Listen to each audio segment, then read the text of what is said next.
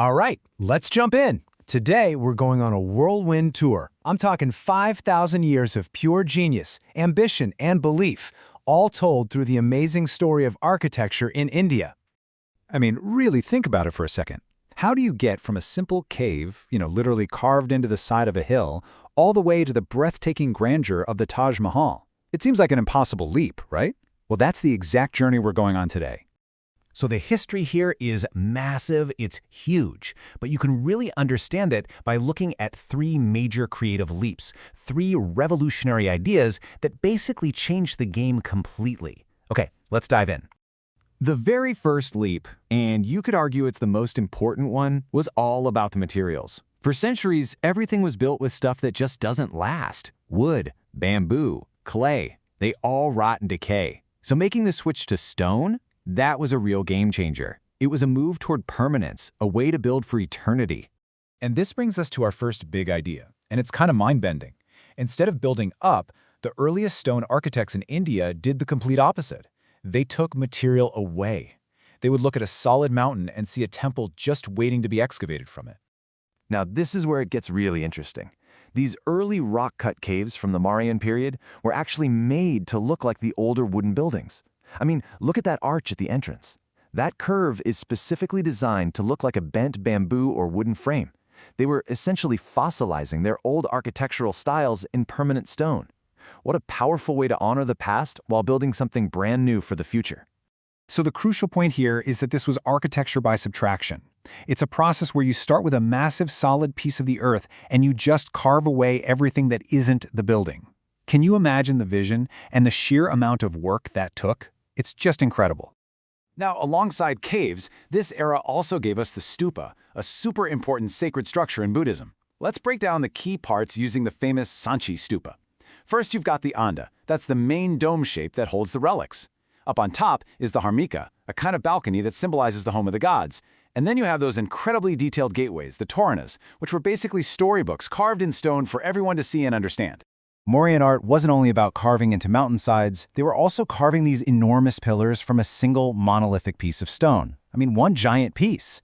This right here is the Sarnath lion capital, and it was commissioned by Emperor Ashoka to mark the exact spot where the Buddha gave his very first sermon. And today, it's actually the national emblem of India. How amazing is that? And this slide just perfectly illustrates the artistic diversity that was happening at the time. So on the left, you've got the Didarganj Yakshini. She's got this very earthy, powerful indigenous style. But then look to the right. That's from the Gandhara school, which blended Indian themes with these really realistic Greco-Roman techniques. This was totally revolutionary. It was the first style that widely showed the Buddha in a human form. And you can see it, right? The flowing robes, the defined face. It almost has a Hellenistic vibe. Okay, time to move on to our second great idea. After centuries of carving down into the earth, architects suddenly began to build up, creating these massive, freestanding structures that were just reaching for the sky. This was really the dawn of the temple era. The central idea wasn't just about creating a space for worship anymore. It was about constructing a magnificent physical home for a god, built from the ground up. And pretty quickly, two main styles popped up. Up in the north, you get the Nagara style, which is defined by its tall, curvilinear, kind of beehive-shaped tower, called a shikara. Then down south, you have the Dravida style, which is known for its stepped, pyramid-shaped tower, or vimana. And these are often set inside these huge compounds with these incredibly ornate, towering gateways, known as gopurams. And here's a fascinating little connection to our world today. This quote is talking about the Chausath Yogini Temple, a circular temple built way back in the 10th century. Its totally unique shape has led a lot of people to believe it directly inspired the design of India's Parliament House in New Delhi. 1,000 years of history echoed in the halls of modern democracy. Pretty wild. And now, let's get to our third and final great leap forward. This one wasn't about a new material or a new direction. This was about synthesis, a fusion of cultures that created an entirely new architectural language. So what happened was a meeting of two totally different engineering philosophies. The traditional Indian method, which we call trabeate, was based on simple pillars and beams. But the incoming Islamic method, or arcuate, was all about the structural power of arches and domes. And when you merge those two methods, well, the possibilities just exploded. And this fusion gave birth to all the things we now recognize as Indo-Islamic architecture. We start to see these huge, open interiors made possible by grand arches. We get soaring domes and these tall, slender towers called minarets that began to reshape skylines. You see this distinctive palette of red sandstone and white marble. And they created these beautiful symmetrical gardens known as charbagh, which you can see laid out right here. And this style?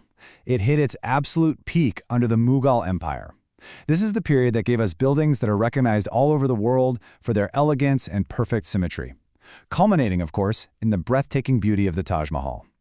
So, just to recap our whole journey, we started by carving monumental spaces directly out of rock.